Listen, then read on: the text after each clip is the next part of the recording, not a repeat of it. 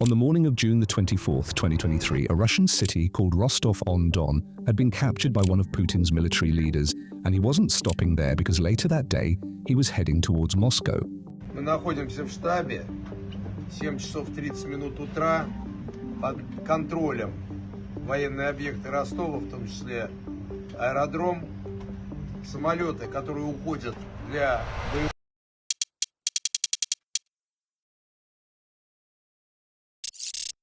Born on the 1st of June 1961 in Leningrad, now St. Petersburg, Yevgeny Prigozhin spent several years in prison. After his release in 1990, he became a vendor selling hot dogs and went on to become a restaurant mogul. Prigozhin's restaurants became popular, and it was now attracting Russia's elites.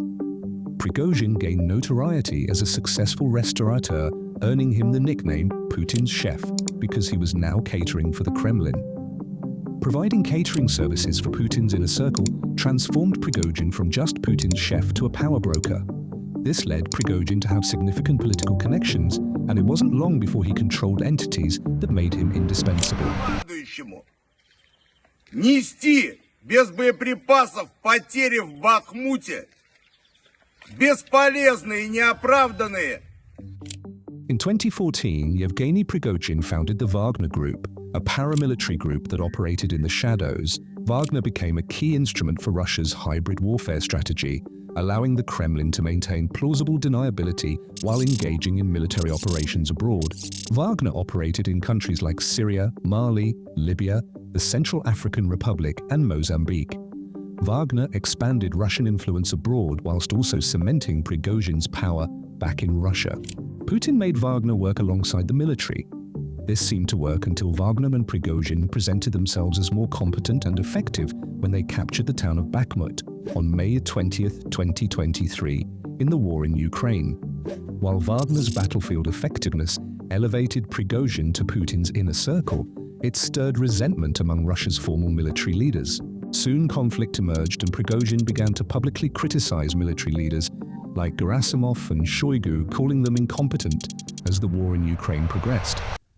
У нас нехватка боеприпасов 70%. Шойгу! Герасимов! Где боеприпасы? Putin did not intervene in this feud, so in June 2023, the military leaders retaliated to Prigozhin's criticism by announcing that they would absorb Wagner troops into the Russian military. This act cut off Prigozhin from what gave him influence and wealth, so on June the 23rd, 2023, Prigozhin rebelled. The following day, on June the 24th, he stormed and captured the city of Rostov-on-Don.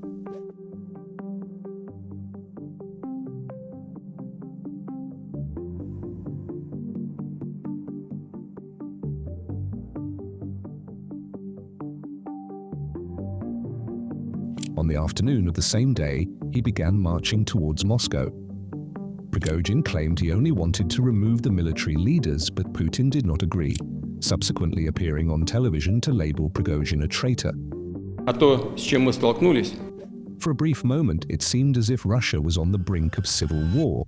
The mutiny was short-lived because before reaching Moscow, Prigozhin agreed to surrender.